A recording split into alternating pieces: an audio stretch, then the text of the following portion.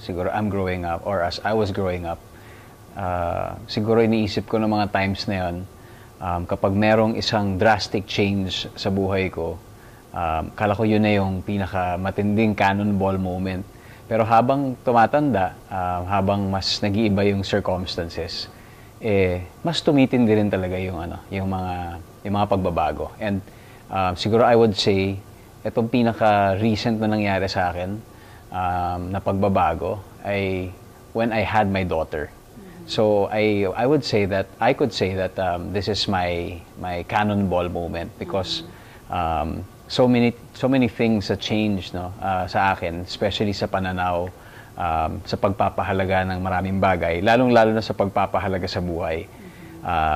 Hindi naman sinasabi kong hindi ko pinahalagahan dati, pero mas na-realize ko lang ngayon at mas kumbaga na-contextualize na isa buhay yung lahat ng pinagdaanan ko magmula nung pinanganak ako, lahat ng pinagdaanan ng aking mga magulang, 'di ba? Kung paano nila ako pinalaki, yung mga values na ininculcate sa akin sa bahay, yung values na ininculcate sa akin ng mga guro sa paaralan, 'di ba? Lahat 'yun parang it all kumbaga made me realize, and it all fell into the place na parang, uy, lahat ng mga blessings na tinanggap ko noon.